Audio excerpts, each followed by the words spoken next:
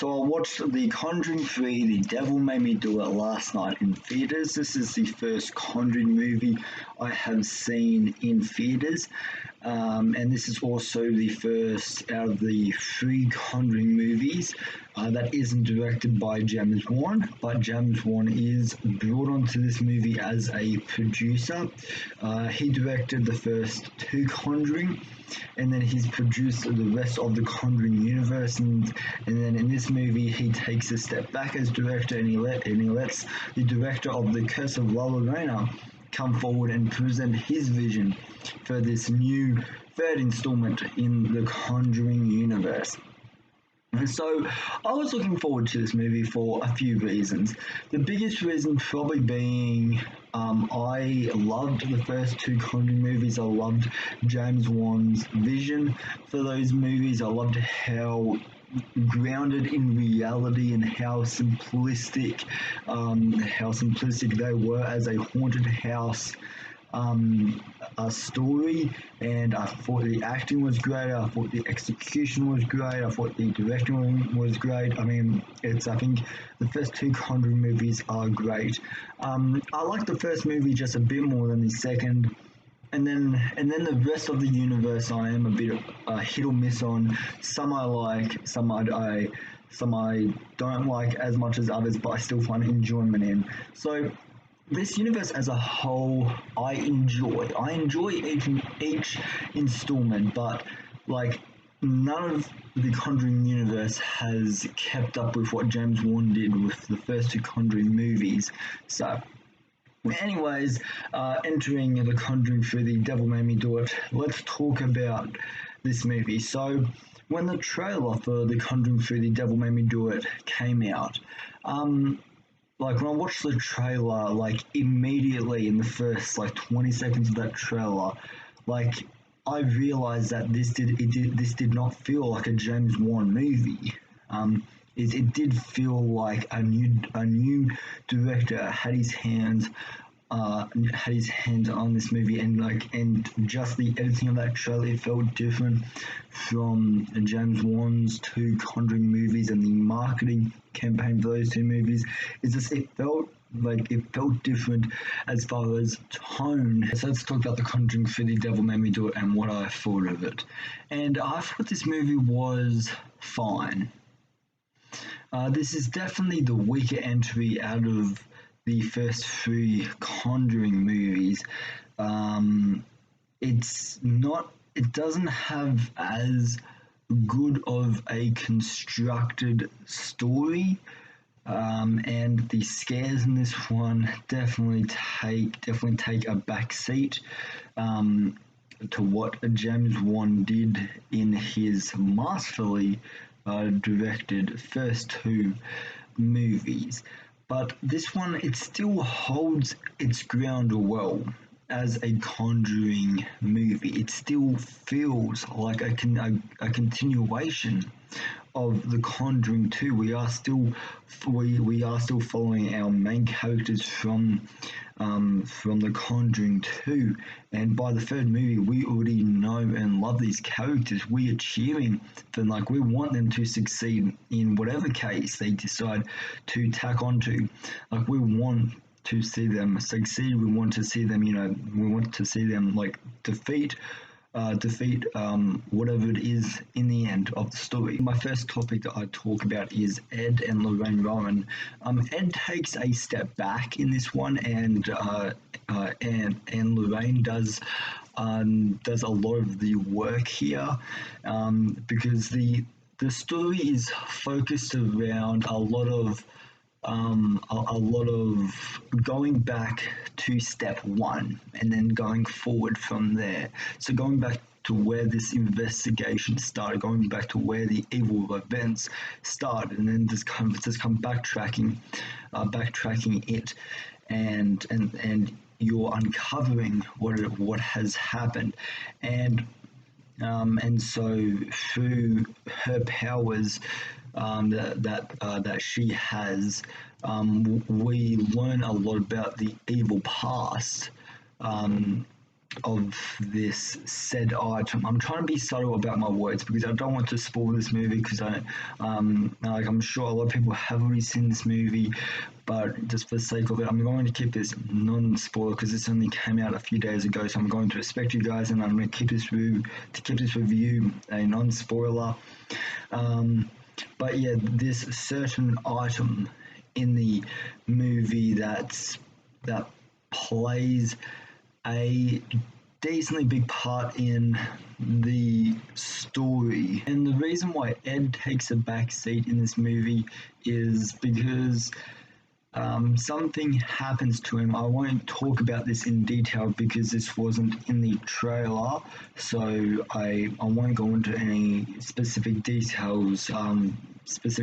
Regarding this, but Ed, he isn't in this movie due to something that happens to him very early on in the movie, within the first maybe 15 minutes of the movie, and there's this medication that he takes, which what happens to him in the first 15 minutes, it slows him down.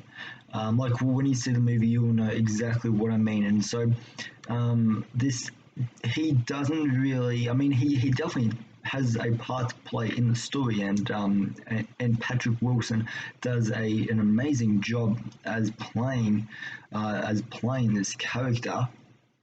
He just the story is not centered on him, but he does have a integral thing he does offer to this story. A big positive I can give to The Conjuring for The Devil Made Me Do It is the case surrounding Arnie. I thought this was a really interesting element. I thought this was a really interesting case to tackle in this movie because as the audience watching the movie, like you already know what's going on. But then if you look at it from the other characters' perspective, like you can see why they're doing what they're doing, and the decisions and the choices that they make are very believable. Because like Arnie, he has, this is a really interesting case. As I said, this is a really interesting case. I'm glad this movie did tackle this case because I think there is a lot of information that this movie does. There's a lot of interesting things that they do with this case. But then on the other hand, there's a lot of this case that I would have loved to see, like more, like anything in the courthouse. I would have loved to see more of that because that was really interesting, and like I would love to see like more of that back and forth. Like there's one scene in the courthouse, and when you watch the trailer, you'll think like a good half of this movie or a good quarter of this movie would take place in the courthouse. No, it's one scene. And there's one scene where he's in the courthouse and he speaks about what happened. Like I could have gone for another like 15 minutes of that sequence just from like the back and forth from the different sides, like both the positive and negative of it. Like I would have loved to see that. So I don't know if there was more of that shot. If there was, I would love to see more of that court case, because this movie does rush to get to the scares. And unfortunately, that brings up a negative I have with this movie, which is the jump scares. While not all these scares in this movie are fake, there's like one or two like fake out jump scares. A lot of these scares in this movie are things you have supposed to be scared of. It's just like there's too many of them. There's too many jump scares in this movie, and they aren't placed as well as what James Wan did in the first two Conjuring movies. And the jump scares did not work at all. Like it's the same typical shit. Like you know when the jump scare is going to happen. Like it's so obvious. Like when it's going to happen, like the music slowly dims down, the camera pans to a dark hallway, and then something comes running at the camera. Like that's literally like every jump scare in this movie has to do with something hiding in the darkness, and then it coming out of the darkness at fast speed. Like wow, what a shock! Like that is the jump scares in this movie, and it's just, I mean, it is something you are supposed to be scared of, but the execution of the scares are not scary. Like the movie, it's trying to be scary. Like a loud noise is not scary. A loud noise is not scary. It's the atmosphere surrounding the scares in horror movies that make it scary. It's not a loud noise like that. That just jolts the audience. Like there's I know I'm ranting about jump scares, but it's true here. Like, there's a difference between jolting and scaring the audience. They are two different things, and it's just this movie. That's like the jump scares. Like they didn't affect me. I maybe jumped in my seat twice. But that wasn't because the scene was scary. It was because a loud noise jolted the theater. Like it's like this isn't the worst movie to use jump scares, and there are a few effective scary moments in the movie, but yeah, besides those few like little snippets of scares that this movie does have, like the rest of it is just loud noise, typical Hollywood bullshit jump scares that we expect now. And like that's hard to say since James Wan he crafted his scares in the first two like so well in a way where it was actually when it approached the audience, it was actually scary. It made us intense. These scares, these scares, they happen and then it goes on to the next scene, and it's really strange, and all the jump scares you can see coming from a mile away. And yeah, that's my rant on the jump scares in this movie. Like, not this there are moments in this movie that are kind of scary. Like, I saw this movie yesterday and I really don't remember, like, there's nothing in this movie that really stayed with me. I mean, I guess the demon is kind of scary, how it torments you in your brain and talks to you to do these things. I mean, yeah, like that is scary. But yeah, like, besides those little things, yeah, these scares didn't really do much for me. The big negative of The Conjuring 3, The Devil Made Me Do It, is the villain. The villain in this is very forgettable. She arrives too late in the story for you to care. Like whenever her presence in the film, whenever she appears, like you don't feel scared. There's no there's nothing at stake for her. Like, just the execution of her overall character in the movie is just horrible. Like, and to make matters worse, there's a twist, which the twist in this movie, you have to believe it in order to go along with it, because the information that the twist throws at you, it's never really seen or heard of, like, until the twist. So the twist is the first time you're hearing about. Like, you see this character that the villain is linked to, but then yeah, there's nothing that really ties it together. Like, there's nothing in the story until the ending that really hints at it. Onto the positives. The makeup in the movie, the makeup on the movie is really good. Some of the creatures and the demons and all that, and the blood makeup, like the simple little like blood stains like on a shirt, and the dirt on our main characters, like it all looks like really good. And so yeah, that's another positive like I can give to this movie, is the makeup on display is really good to look at, and it does